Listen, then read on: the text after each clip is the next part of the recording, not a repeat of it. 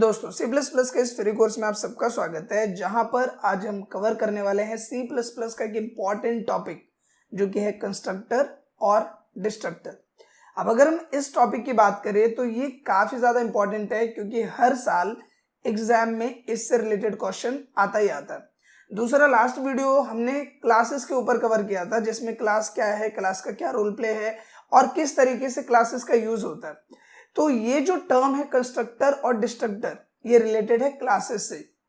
Constructor का एक बहुत ही इंपॉर्टेंट रोल प्ले है जो कि हम आज के इस वीडियो में देखेंगे। कंस्ट्रक्टर क्या होता है, कंस्ट्रक्टर का क्या रोल प्ले है, कैसे आपको कंस्ट्रक्टर का यूज करना है और किस तरीके से हमें उसे अप्लाई करना है, ये सारी चीजें हम आज के एक सिंगल वीडियो में देखने वाले हैं, वो भी विथ प्रॉपर प्रैक्टिकल। सो एक बात तो क्लियर है कि वीडियो आपके लिए फुल ऑफ इंफॉर्मेशन होने वाला है। आपसे बस इतने से रिक्वेस्ट है कि आप इस वीडियो को पूरा देखें बिना स्किप किए हुए, ताकि आप किसी इंपॉर्टेंट पॉइंट को मिस ना करें। और अगर ये वीडियो आपको यूजफुल और इन्फॉर्मेटिव लगे तो प्लीज इस वीडियो को लाइक और शेयर जरूर करें। तो बिना किसी देर के शुरू करते हैं इस वीडियो को। अब नॉर्मल ध्यान देते हैं कंप्यूटर स्क्रीन पे, जहां पे इसके डेफिनेशन, इसके कैरेक्टरिस्टिक और भी जो इंपॉर्टेंट टर्म्स है वो लिखे हुए हैं। एंड नो डाउट कि ये समझने में आपको थोड़ी बहुत दिक्कत होगी, बट आपको पेशेंस रखना है, क्योंकि जितने भी पॉइंट्स है वो सब मैं आपको प्रैक्टिकली क्लियर करने वाला हूँ। तो थोड़ा सा आपको पेशेंस रखना है। बिल्कुल ऐसा नहीं है कि कोई चीज नहीं समझ में आ रही तो फटाफट फ्रस्ट्रेट हो जाना है, ऐसा नहीं है। तो थोड़ा सा यहाँ पे पेशेंस हम रखेंगे और इन सभी पॉइंट्स को हम पॉइंट टू पॉइंट क्लियर करेंगे। सबसे पहले अगर हम बात करें कंस्ट्रक्टर की, तो कंस्ट्रक्टर का क्या रोल प्ले। देखो, अगर इसके डेफिनेशन पे हम ध्यान दें तो constructor is a special method that is involved automatically at the time of object creation. It is used to initialize the data members of new objects generally. अब आई नो कि ये डेफिनेशन पढ़ के कुछ भी क्लियर नहीं हुआ होगा। देखो, आसान भाषा में क्लियर करते हैं। हमने दो मेन टॉपिक कवर किए प्रीवियस चैप्टर्स में, एक स्ट्रक्चर का, एक क्लासेस का। अब जब हम स्ट्रक्चर क्रिएट करते हैं, क्लास क्रिएट करते हैं, तो उसका मेन रोल प्ले क्या है। क्लासेस में हमने देखा कि हमने एक फॉर्मेट बनाया। जैसे मान लो हमें एक डेटाबेस तैयार करना है, तो हम वहां पे एम्प्लॉय आईडी, एम्प्लॉय का नेम, एम्प्लॉय की सैलरी, एम्प्लॉय का डेजिग्नेशन, ऐसे फॉर्मेट्स बनाते हैं और उसमें अलग अलग एम्प्लॉय का डेटा डालते हैं, अलग अलग एम्प्लॉय का डेटा डालते हैं। तो वो जो अलग अलग एम्प्लॉय है, जैसे employ number E1, E2, E3, E4, अलग अलग एम्प्लॉय है, तो वो जो एम्प्लॉय के लिए हम ये नंबर डाल रहे हैं E1, E2, E3, E4, ये होते हैं हमारे ऑब्जेक्ट। क्या होते हैं ये? ऑब्जेक्ट होते हैं। तो यहाँ पे कंस्ट्रक्टर ये कहता है कि जब आप ऑब्जेक्ट डिक्लेयर करते हो तो ऑटोमेटिकली क्या हो जाता है कि जो हमारा एक कंस्ट्रक्टर है वो उस पर लागू हो जाता है। यहाँ पे जो टर्म लिखा हुआ है इन्वॉक्ड, इसका मतलब होता है लागू होना। तो मान लो कि मैंने एक फंक्शन बनाया, मैंने क्लासेस बनाया, उसमें एक स्ट्रक्चर दिया कि आईडी नंबर लेंगे हम एम्प्लॉय का, हम नाम लेंगे एम्प्लॉय का, हम डेजिग्नेशन लेंगे और सैलरी लेंगे। उसके बाद मैंने उसमें एक फंक्शन लिखा जिसमें मैंने लिखा है कि एम्प्लॉय का नाम लेना है, आईडी लेना है, ये चीज लेना है, ऐसे ऐसे। तो जैसे ही मेन फंक्शन में हम ऑब्जेक्ट डिक्लेयर करेंगे, like employee 1, employee 2, employee 3, employee 4, जैसे मैंने डिक्लेयर किया, ऑटोमेटिकली जो ये कंस्ट्रक्टर का फंक्शन हमने बनाया है वो उस पर लागू हो जाएगा।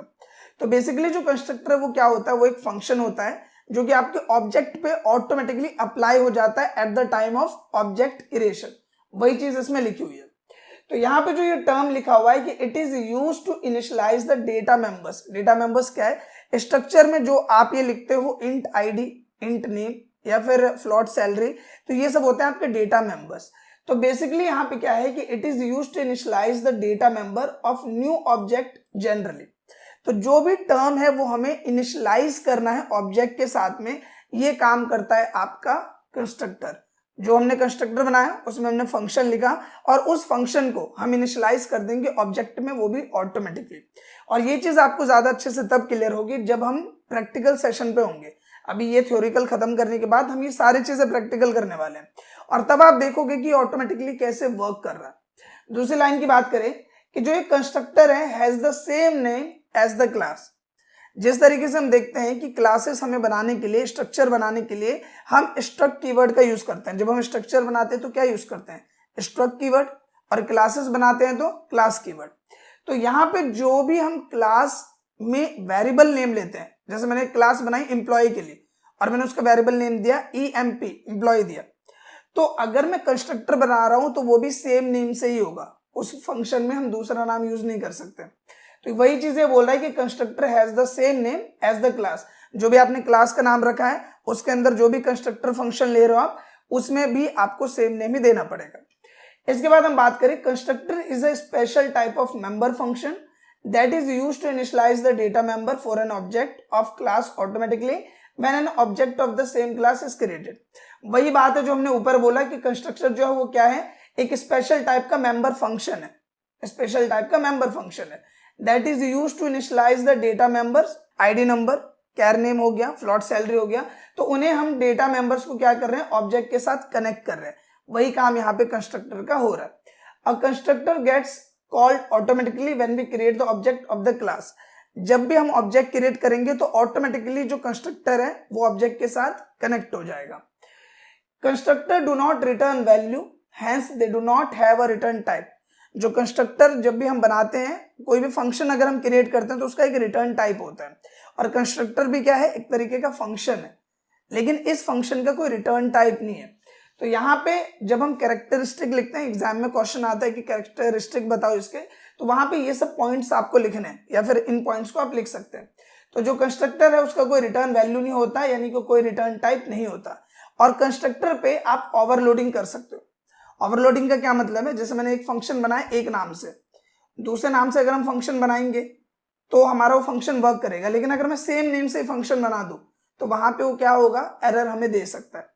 लेकिन अगर हम कंस्ट्रक्टर की बात करें तो अगर मैंने इसमें एक मैंने बनाया है एम्प्लॉय के नाम से, तो मैं दूसरा भी एम्प्लॉय के नाम से बना सकता हूँ, तीसरा भी कंस्ट्रक्टर में एम्प्लॉय के नाम से बना सकता हूँ। तो यहाँ पे हम ओवरलोडिंग कर सकते हैं, एक पे एक ओवरलोड हम कर सकते हैं। अब ये जो टर्म था वो था थ्योरिकल पार्ट। अब आते हैं थोड़ा सा प्रैक्टिकल टर्म पे, जिसमें हमने ये जो चीजें पढ़ी हैं इनको प्रैक्टिकली क्लियर करने की कोशिश करते हैं। तो सबसे पहले अगर आप ऑन स्क्रीन ध्यान दो तो मैंने यहाँ पे कोड लिखा हुआ है। अब दोस्तों इससे पहले कि मैं आगे बढ़े, मैं आपको बताना चाहूंगा एक कमाल के प्लेटफॉर्म के बारे में जो कि है ज़ीगो क्लाउड। और अगर आप कोडिंग बैकग्राउंड से बिलोंग करते हो तो आपको इस प्लेटफॉर्म के बारे में जरूर पता होना चाहिए, क्योंकि ज़ीगो क्लाउड की मदद से आप voice call, video call, live streaming, यहाँ तक कि इन ऐप चैट जैसे फीचर्स इजिली बिल्ड कर सकते हो एप्स में। तो है ना एक कमाल का प्लेटफॉर्म। अब इसके बारे में थोड़ा और अच्छे समझते हैं।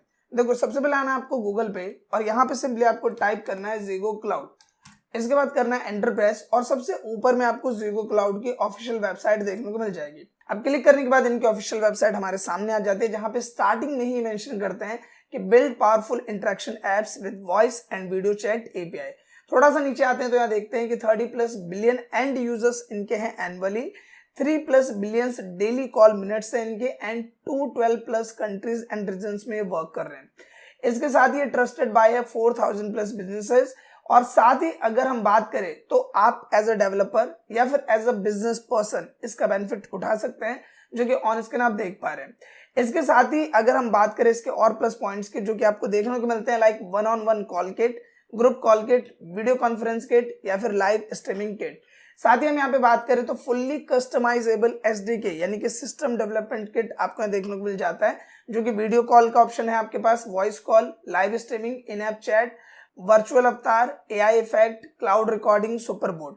तो ये मल्टीपल आपको एसडीके ऑप्शंस यहाँ पे देखने को मिल जाते हैं। साथ ही जब आप नीचे आते हैं तो आप यहाँ पे देखते हैं कि आपको यहाँ पे फ्री ऑप्शन देखने को मिल जाता है, जो कि है गेट स्टार्टेड फॉर फ्री, यानी कि आपको 10,000 मिनट्स मिलेंगे जस्ट फॉर साइनिंग अप। आपको सिंपली क्या करना है, देखो जो भी प्रोडक्ट आपको चाहिए, यानी जिस भी प्रोडक्ट पे आपको वर्क करना है, like video call, voice call, आपको सिंपली उस पर क्लिक करना है। जब आप उस पर क्लिक करते हो तो कुछ इस तरीके का इंटरफेस आपके सामने आ जाता है, जहां पे सिंपल ऑप्शन मिल जाता है आपको स्टार्ट बिल्डिंग का। आपको सिंपली इस पे क्लिक करना है, क्रिएट योर अकाउंट पे क्लिक करना है, और सिंपल वे में आपको यहाँ पे साइन अप कर लेना है, और उसके बाद आप ज़ीगो क्लाउड का बेनिफिट उठा सकते हैं। एंड आई नो कि इस प्लेटफॉर्म के बारे में जान के आपको बहुत अच्छा लगा होगा, तो इसका लिंक मैंने डिस्क्रिप्शन में दे दिया, जहां पे क्लिक करके आप इस ऑफिशियल वेबसाइट पे एक्सेस कर सकते हैं और इसका बेनिफिट उठा सकते हैं। सो गो फॉर ज़ीगो क्लाउड। अब इस कोड में सबसे पहले हमने क्लास को डिक्लेयर किया। आप यहाँ ऊपर में ऑन स्क्रीन ध्यान देंगे तो मैंने क्लास लिखी जो कि है एम्प्लॉय के। यहाँ पे मैं एम्प्लॉय के 3 तरीके का डेटा ले रहा हूँ, एक मैं ले रहा हूँ आईडी, दूसरा है नेम और तीसरा है सैलरी। अब यहाँ पे जब हम ये चीजें डिक्लेयर करते हैं क्लास के अंदर या स्ट्रक्चर के अंदर, तो हम फंक्शन के थ्रू उस पूरे डेटा को कॉल करते हैं। इन्हें बेसिकली क्या बोला जाता है, इन्हें बोला जाता है डेटा मेंबर्स। तो हम इन डेटा मेंबर्स को कॉल करते हैं किनकी मदद से, फंक्शन की मदद से। और ज्यादातर जो हम फंक्शन यूज करते हैं वो कहाँ होता है, क्लासेस के बाहर। लेकिन यहाँ पे मैंने क्या किया कि क्लास के अंदर में ही एक फंक्शन मैंने लिखा, जो कि आप देख रहे हो एम्प्लॉय लिखा और फंक्शन का सिंबल मैंने यहाँ पे दिया है। ये जो चीज आप देख रहे हो, ये जो सेट ऑफ कोड है, यही है हमारा कंस्ट्रक्टर। और इसकी बनावट देख के आप इतना समझ गए होंगे कि ये भी क्या है, एक फंक्शन है। बस ये क्या है, ये एक मेंबर फंक्शन है। तो नॉर्मली यहाँ पे हम देख रहे हैं कि हमने एम्प्लॉय करके एक फंक्शन बनाया और आप देखो कि क्लास का नाम भी एम्प्लॉय है और यहाँ पे भी इस फंक्शन का नाम क्या है, एम्प्लॉय। जैसा कि अभी हमने प्रीवियस स्लाइड में पढ़ा कि जो भी यहाँ पे हम मेंबर फंक्शन बना रहे हैं, कंस्ट्रक्टर बना रहे हैं, उसका नेम भी सेम होगा जो हमने क्लास का नेम दिया। एम्प्लॉय वहां पे, यहाँ पे भी एम्प्लॉय है। इस फंक्शन में हम क्या कर रहे हैं, हम यूजर को कमांड दे रहे हैं कि एंटर द आईडी नंबर, फिर हमने सिन की मदद से आईडी ली, फिर हमने यूजर को कमांड दिया एंटर द नेम, सिन की मदद से नेम लिया, एंटर द सैलरी और सिन की मदद से हमने सैलरी ली। ये हुआ हमारा कंस्ट्रक्टर। अब इसके बाद मैंने एक फंक्शन लिया इसी के अंदर में जो कि है वॉइड डिस्प्ले, और इसकी मदद से जो जो वैल्यूज हमने यूजर से ली उसको हम यहाँ पे सिंपली प्रिंट कर रहे हैं। बस इतना सा काम हो रहा है। इसके बाद आए हम हमारे मेन फंक्शन में और यहाँ पे देखो हमने क्या है, एक ऑब्जेक्ट को डिक्लेयर। ये जो E1 है ये क्या है, हमारा एक ऑब्जेक्ट है। नॉर्मली हमने जो क्लास बनाई EMP, ये रहा, और यहाँ पे मैंने एक ऑब्जेक्ट डिक्लेयर किया जो कि है E1। अगर मैं सिंगल पर्सन का डेटा इंक्लूड कर रहा हूं तो E1, 2-4 लोग का है तो E1, E2, E3, E4। तो यहाँ पे जैसे ही मैं यहाँ पे E1 लिखूंगा ऑटोमेटिकली यहाँ पे ये जो है वो कनेक्ट हो जाएगा। अगर आप फंक्शन की बात करो तो फंक्शन में अगर मुझे इन दोनों को कनेक्ट करना है तो फंक्शन में हम कैसे कनेक्ट करते हैं, मुझे कोई ना कोई उसका सिंटैक्स देना पड़ेगा। E1 डॉट करके लिख के फंक्शन का नाम लिखना पड़ेगा और फिर उसे प्ले करना पड़ेगा। जैसे कि यहाँ नीचे क्या हुआ है, E1 डॉट डिस्प्ले, इस तरीके से हम फंक्शन को कॉल करते हैं जैसे हमने यहाँ पे इस फंक्शन को कॉल किया है। लेकिन कंस्ट्रक्टर को कॉल करने के लिए हमें कोई भी इंडिकेशन देने की जरूरत नहीं है, ये ऑटोमेटिकली कनेक्ट हो जाता है। ये जो मेंबर फंक्शन है जिसे हम कंस्ट्रक्टर बोल रहे हैं, ये ऑटोमेटिकली इस E1 से कनेक्ट हो चुका है और ये ऑटोमेटिकली प्ले हो जाएगा। अब ये चीज कैसे वर्क कर रही है, इस चीज को थोड़ा हम प्रैक्टिकल करते हैं, टर्बो सी में चलते हैं और इसी कोड को लिख के देखते हैं और देखते हैं कि ये हमारा ऑटोमेटिकली कनेक्ट हो रहा है या नहीं हो रहा है। तो नॉर्मली ध्यान देते हैं कंप्यूटर स्क्रीन पे, जहां पे आप देख रहे हो मैंने बेसिक सिंटैक्स लिखा हुआ है। अब यहाँ पे हम एक क्लास डिक्लेयर करते हैं। लाइक मैं भी लिखता हूँ क्लास, और इस क्लास का नाम हमने दिया एम्प्लॉय, EMP। इसके बाद हम क्या करेंगे, यहाँ पे सिंपली हम देते हैं करली ब्रैकेट ऑन, करली ब्रैकेट हमने किया क्लोज। फिर यहाँ पे आते हैं, सबसे पहला डेटा क्या लेना, मुझे लेना आईडी नंबर, तो इंट आईडी लिखा मैंने, कैर लिखा, नेम लिया, और इसका लेंथ हम दे देते हैं कि 50 कैरेक्टर्स मैक्सिमम हम ले सकते हैं। फिर हम एंटर प्रेस करते हैं, हमने यहाँ पे लिखा फ्लॉट और मैं यहाँ पे लिख देता हूँ सैलरी। तो बेसिकली हमने क्लास क्रिएट किया जो कि इस तरीके के स्ट्रक्चर के साथ में। अब यहाँ पे इस क्लास के जो डेटा मेंबर्स है इन्हें यूज करने के लिए हम फंक्शन का यूज करते हैं और ज्यादातर फंक्शन हम लिखते हैं इस वॉइड मेन में। तो हम इस फंक्शन को यहाँ पे नहीं लिखेंगे, हम कहाँ पे लिखेंगे, हम लिखेंगे इस क्लास के अंदर में और यहीं पे आएंगे हम। तो यहाँ पे सबसे पहले तो मैं लिख देता हूँ पब्लिक। लास्ट वीडियो में हमने देखा था कि पब्लिक का, प्राइवेट का और प्रोटेक्टेड का क्या रोल प्ले होता है। तो जब तक हम पब्लिक नहीं लिख रहे तब तक हम इन डेटा को कॉल नहीं कर सकते। ये बाय डिफॉल्ट प्राइवेट होते हैं तो पब्लिक हमें लिखना पड़ता है। हमने लिखा पब्लिक, पब्लिक लिखने के बाद हम यहाँ पे लिख देते हैं सिंपली एम्प्लॉय और फंक्शन हमने सिंबल दिया, करली ब्रैकेट करेंगे ऑन, करली ब्रैकेट किया क्लोज। अब यहाँ पे मैं लिखता हूँ सी आउट और मैं यूजर को कमांड देता हूँ कि एंटर आईडी नंबर, ये हमने लिखा, इक्वल का मार्क दिया और यहाँ पे हम सिन लिखेंगे, सिन का हमने इंडिकेशन दिया और यहाँ पे लिख देंगे आईडी। फिर हमने लिखा सी आउट और हम यहाँ पे लिखेंगे एंटर नेम, इक्वल किया, डबल कोट्स क्लोज किया, सिन लिखेंगे और यहाँ पे हमने लिखा नेम। फिर हमने लिखा सी आउट, हमने यहाँ पे लिखा एंटर सैलरी, इक्वल किया और यहाँ पे हम लिखेंगे सिन सैलरी, ये हमने लिखा और यहाँ पे जो हमने एम्प्लॉय का फंक्शन है वो यहाँ पे कॉल कर दिया। अब यहाँ पे आप एक चीज नोटिस करो, मैंने अभी ये फंक्शन लिखा है, इसको मैंने अभी कॉल नहीं किया। मैं यहाँ पे आता हूँ, पहले हम यहाँ तक चेक करते हैं कि हमारा प्रोग्राम सही है या फिर एरर दे रहा है। F9 करेंगे, प्रोग्राम हमारा सक्सेस बता रहा है। अब यहाँ पे आते हैं वॉइड मेन में, यहाँ पे जो हमारे इस क्लास का नाम है क्या है, EMP एम्प्लॉय। यहाँ पे मैं एक ऑब्जेक्ट डिक्लेयर करता हूँ जो कि है E1, एक ऑब्जेक्ट का नाम दिया जो कि क्या है E1। अब यहाँ पे मैंने इसको E1 को और इस फंक्शन को मैंने कनेक्ट नहीं किया क्योंकि मैंने आपको क्या बताया कि ये जो हमारा कंस्ट्रक्टर है ये क्या है, हमारा कंस्ट्रक्टर है। मैं ऐसा करता हूँ, यहाँ पे लिख देता हूँ, तो हम यहाँ पे आए और मैंने यहाँ पे लिख दिया कंस्ट्रक्टर, ये मैंने लिखा। तो यहाँ पे मैंने अभी इसको कनेक्ट तो नहीं किया लेकिन अगर मैं कंट्रोल F9 करूं तो आप देखोगे ये प्ले हो रहा है, बिना कनेक्ट किए हुए ये ऑटोमेटिकली एम्प्लॉय 1 से कनेक्ट हो गया। तो एंटर आईडी नंबर किया मैंने यहाँ पे, तो मैं यहाँ पे आईडी नंबर दे देता हूँ 1002, नेम हमने लिखा राजेश और सैलरी हम दे देते हैं 20,000। तो नॉर्मली आपने यहाँ पे देखा कि किस तरीके से यहाँ पे जो एम्प्लॉय है ये ऑटोमेटिकली ये जो फंक्शन है वो इससे कनेक्ट हो जाता है।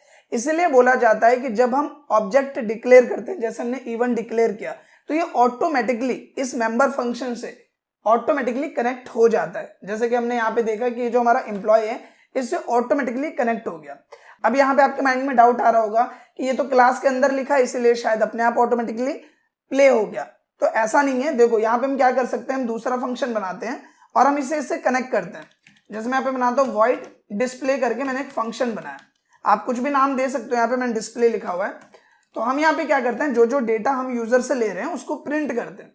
तो मैं यहाँ पे आता हूँ और यहाँ पे आने के बाद हम क्या करेंगे, सबसे पहले हम लिखते हैं सी आउट और मैं यहाँ पे लिखता हूँ आईडी नंबर, इस तरह से हमने लिखा आईडी नंबर और इसके बाद हम लिख देते हैं यहाँ पे आईडी, कुछ इस तरह से। फिर हम लिखते हैं सी आउट, यहाँ पे आते हैं, हमने यहाँ पे लिखा नेम, इक्वल करेंगे यहाँ पे और यहाँ पे लिख देते हैं नेम। फिर हमने लिखा सी आउट और यहाँ पे हम लिख देंगे सैलरी, इक्वल किया, डबल कोट्स क्लोज किया और यहाँ पे हम लिख देते हैं सैलरी। इसके बाद सब पे हम लाइन ब्रेक दे देते हैं, यहाँ पे स्लैश एन कर देते हैं ताकि थोड़ा सा और अच्छे से दिखे। स्लैश एन किया, फिर यहाँ पे भी आए और स्लैश एन कर दिया, कुछ इस तरह से। अब यहाँ पे सिंपली मैं क्या करता हूँ, इस कोड को प्ले करते हैं। तो F9 करेंगे, एरर बता रहा है। एरर क्या है, एक्सप्रेशन सिंटेक्स। तो हम यहाँ पे देखते हैं हमने कुछ गलती करी हुई है।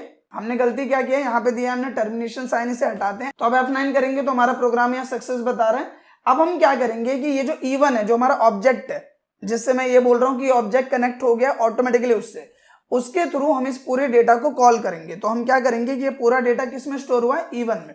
तो E1 डॉट डिस्प्ले, इस फंक्शन को हम प्ले कर देंगे। हमने क्या किया, सिंपली E1 डॉट डिस्प्ले करके इस फंक्शन को प्ले कर दिया। अब कंट्रोल F9 करते हैं, enter ID number 1002, enter name तो हमने यहाँ पे लिखा राजेश, सैलरी मैं डाल देता हूँ 23,000 रुपए, एंटर करेंगे। तो आप देखोगे आईडी नंबर, नेम, सैलरी। तो बेसिकली यहाँ पे इसका मतलब क्या हुआ कि ये जो E1 हमने ऑब्जेक्ट डिक्लेयर किया है, ये ऑटोमेटिकली क्या हुआ कि ये जो हमारा कंस्ट्रक्टर है उससे कनेक्ट हो जाता है। तो ये कंस्ट्रक्टर का एक बड़ा प्लस पॉइंट होता है कि ये ऑटोमेटिकली ऑब्जेक्ट से कनेक्ट हो जाता है। दूसरा, यहाँ पे अगर हम कंस्ट्रक्टर की बात करें तो जरूरी नहीं कि आप इसे क्लास के अंदर से ही प्ले कर सको, आप चाहो तो इसे बाहर से भी यूज कर सकते हो। जैसे अभी हमने इसका यूज कहाँ से किया, हमने यूज किया इसका क्लासेस के अंदर से।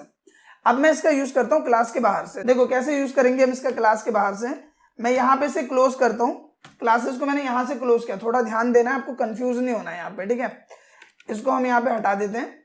अब देखो जरा पॉइंट समझना, ये वाला पार्ट है हमारा क्लास, ये हमारा पार्ट क्या है, क्लास का पार्ट है। जो हमारा ये कंस्ट्रक्टर है इसको मैंने अभी बाहर निकाल दिया है, तो ये हमारा क्लास का पार्ट है।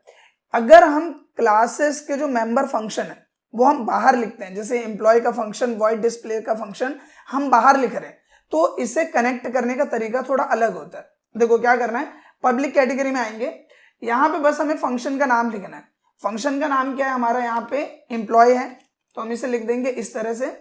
और फिर हम नीचे आएंगे और यहाँ पे जो हमारा वॉइड डिस्प्ले है वो हमें लिख देना है कुछ इस तरह से सिंपली। F9 करेंगे, एरर बता रहा है। अब एरर क्यों बता रहा है, क्योंकि हमने यहाँ पे डिक्लेरेशन सिंबल नहीं दिया। तो सिंपली यहाँ पे दिया हमने टर्मिनेशन साइन। अब ये वाला एरर यहाँ से हट गया। अब देखो हमें इसमें दो चीजें करनी होती है। पहला, जो भी हमारा कंस्ट्रक्टर है या जो भी फंक्शन है जो कि इस क्लास से रिलेटेड है वो हमें पब्लिक के बाद यहाँ मेंशन करना होता है। जैसे एम्प्लॉय हमने मेंशन किया, वॉइड डिस्प्ले हमने मेंशन किया और दोनों के आगे हमने दिया टर्मिनेशन साइन। अब यहाँ पे क्या करेंगे कि जो हमारा कंस्ट्रक्टर जो हम बाहर लिख रहे हैं उसको हमें इस क्लास से कनेक्ट करना होगा। क्लास का नाम क्या है हमारा, एम्प्लॉय, और यहाँ पे हमें ये वाले दो सिंबल देने हैं, यानी कि जो हमारा कॉलन है उसको हमें 2 बार यहाँ प्रिंट करना है और इन दोनों के बीच में गैप नहीं होना चाहिए। आप देखोगे ये रहा हमारे क्लास का नाम और इसी क्लास के नाम के साथ हमने इसको कनेक्ट किया। ये रहा सिंपल। सिंपल क्या किया हमने कि क्लास के बाहर में से लिखा और क्लास का नाम लिखने के बाद 2 बार हमने यहाँ पे कॉलन दे दिया।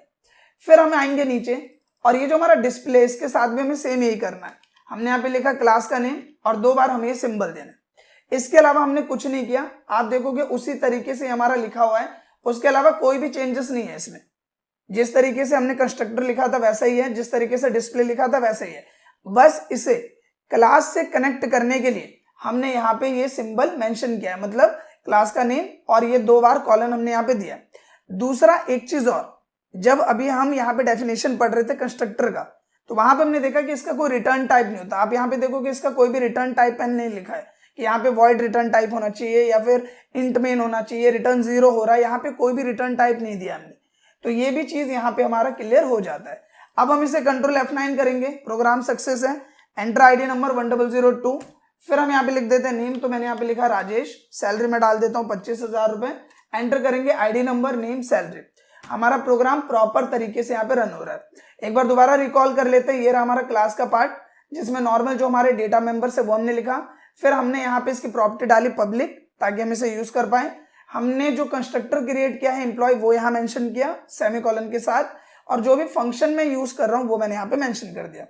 इसके बाद हम सिंपली क्या कर रहे हैं कि जो हमारा कंस्ट्रक्टर है वो हमने यहाँ पे लिखा कुछ इस तरीके से, और इसे क्लास नेम और 2 बार कॉलन लिख के हमने कनेक्ट कर दिया। फिर सेम लाइक नीचे आए, यहाँ पर भी हमने क्या किया कि जो हमारा ये वॉइड डिस्प्ले है उसमें हमने क्लास का नेम और 2 बार कॉलन देके हमने इसे कनेक्ट कर दिया।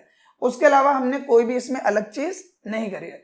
आई होप कि ये जो टर्म है वो आपको क्लियर हो गया होगा। सो आई होप कि कंस्ट्रक्टर आप कैसे डिक्लेयर करोगे, कैसे आप उसका यूज कर सकते हो। चाहे मैं बात करूं अगर आप इंटरनली बिहाफ पे यूज कर रहे हो जैसे कि ये हुआ, या फिर अगर हम बाहर से कंस्ट्रक्टर यूज कर रहे हैं जैसे कि ये हुआ हमारा क्लास वाला पार्ट जो कि ऑन स्क्रीन आप देख पा रहे हो। इसके बाद हमने सिंपली यहाँ पे क्या किया, कंस्ट्रक्टर डिक्लेयर किया, और उसके बाद हमें जो भी फंक्शन की जरूरत पड़ रही है वो हमने यहाँ डिक्लेयर किया। और इस तरीके से पूरा कोड है, आप स्क्रीनशॉट ले सकते हैं और इसे खुद आप कोड करके एग्जीक्यूट करके देख सकते हैं। आई होप कि जो कंस्ट्रक्टर टॉपिक है और इसमें जितने भी टर्म्स है इनका क्या यूज है, क्या रोल प्ले है, ये आपको क्लियर हुआ।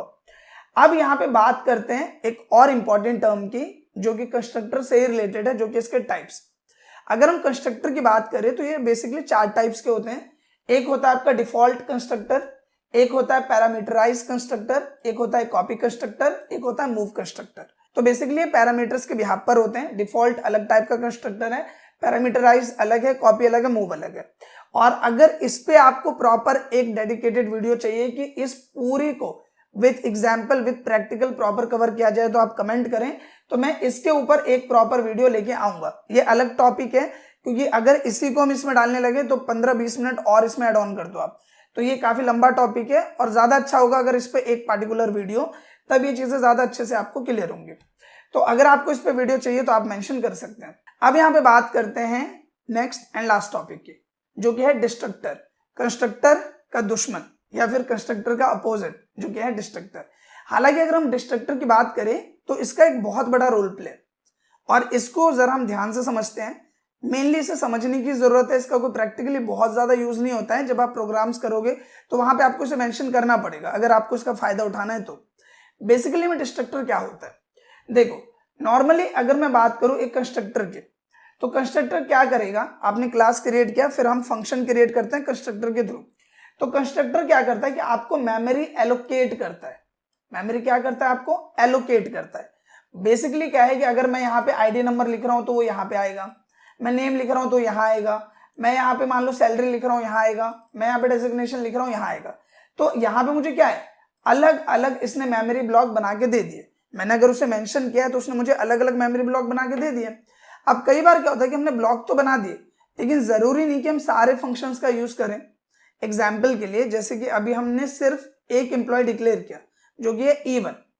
अब यहाँ पे मैंने उसे डिक्लेयर किया और मैं उसे यूज कर रहा हूं, तो वो मेमोरी लोकेट करेगा, बेसिकली मेमोरी यूज करेगा, तो उसका वहां पे मीनिंग है। लेकिन मान लो कि मैंने S number of employ mention कर दिए कि मेरे पास 100 एम्प्लॉयज है, मैंने एक मेमोरी एलोकेट कर दी 100 एम्प्लॉयज के लिए, 100 ऑब्जेक्ट के लिए, और मैं उस पूरे को यूज नहीं कर रहा, तो मेरी जो मेमोरी है वो तो ज्यादा कंज्यूम हो रही है और मेरे यहाँ प्रोग्राम पे लोड पड़ रहा है। तो डिस्ट्रक्टर क्या करता है कि जब आप ऑब्जेक्ट का यूज नहीं करते तो वो उसे डिस्ट्रॉय कर देता है। डिस्ट्रॉय करने का मतलब कि ये जो मेमोरी आपने एलोकेट किया है कंस्ट्रक्टर की मदद से, अगर आप इसका यूज नहीं कर रहे तो डिस्ट्रक्टर क्या करेगा, इसको धीरे धीरे गायब करता जाएगा। यानी कि डिस्ट्रक्टर क्या करेगा कि इन सबको डिस्ट्रॉय कर देगा, इन्हें खाली कर देगा, तो आपका जो प्रोग्राम है उस पर मेमोरी लोडिंग नहीं पड़ता। यही काम होता है डिस्ट्रक्टर का। अगर हम इसके डेफिनेशन पे ध्यान दें तो destructor is an instance member function, ये भी क्या एक मेंबर फंक्शन है बिल्कुल कंस्ट्रक्टर की तरह, that is invoked automatically whenever an object is going to be destroy.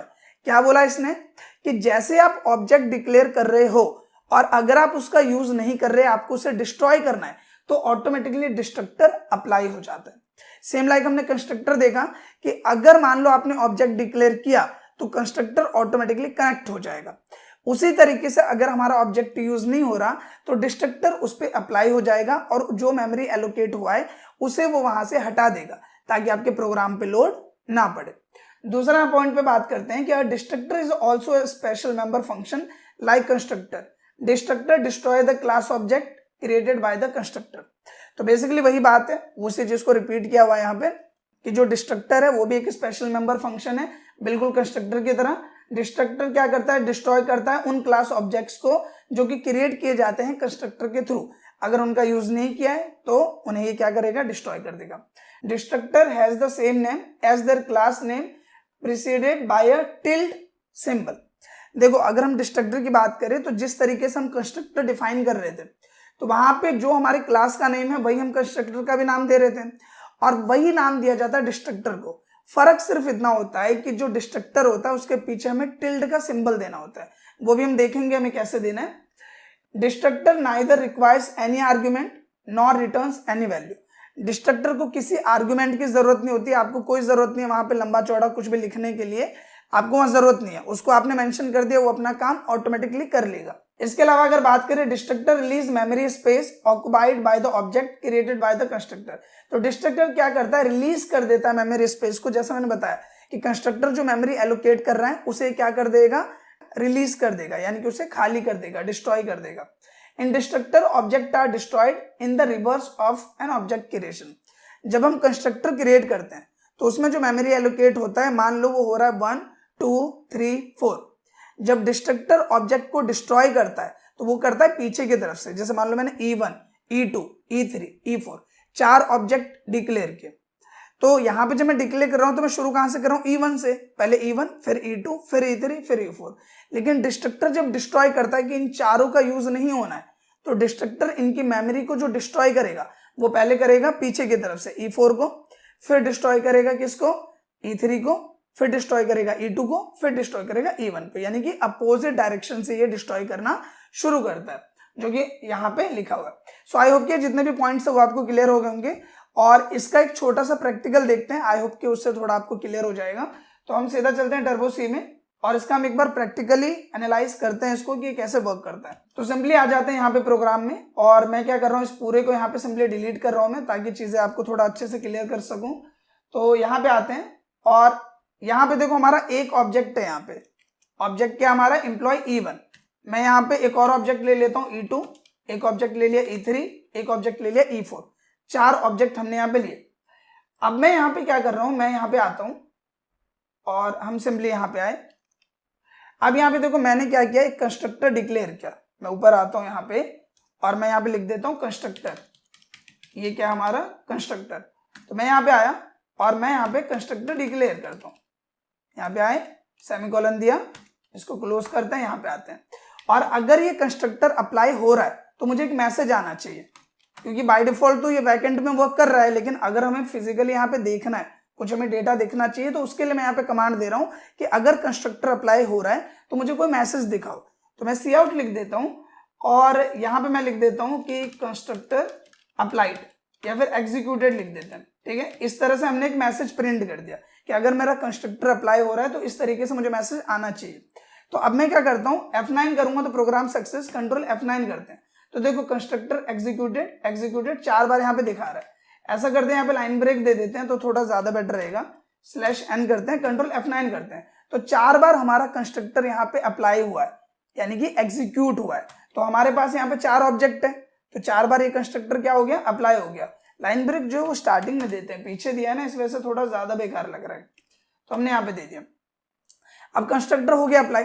इसी तरीके से होता है डिस्ट्रक्टर अप्लाई। देखो क्या करना है यहाँ पे, जैसे अभी इन ऑब्जेक्ट्स का मैं यूज नहीं कर रहा तो मेमोरी जो एलोकेट हुआ है वो प्रोग्राम पे वजन डाल रहा है, हमें उसे हटाना है।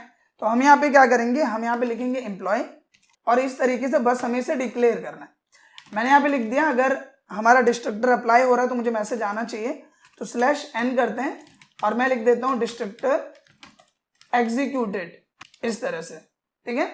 और यहां पे आपको क्या करना पड़ता है, जब हम डिस्ट्रक्टर अप्लाई करते हैं तो उसका सिंबल होता है टिल्ड। टिल्ड आपको अप्लाई करने के लिए क्या करना है कि आपको शिफ्ट की को होल्ड करके 1 के साइड वाली जो की है वो आपको प्रेस करना है और टिल्ड अप्लाई हो जाएगा। अब यहाँ पे अगर मैं कंट्रोल F9 करूंगा तो आपको डिस्ट्रक्टर कहीं नहीं दिखाई देगा।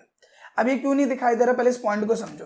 देखो यहाँ पे हमने एक चीज यूज की हुई है जो कि है क्लियर स्क्रीन।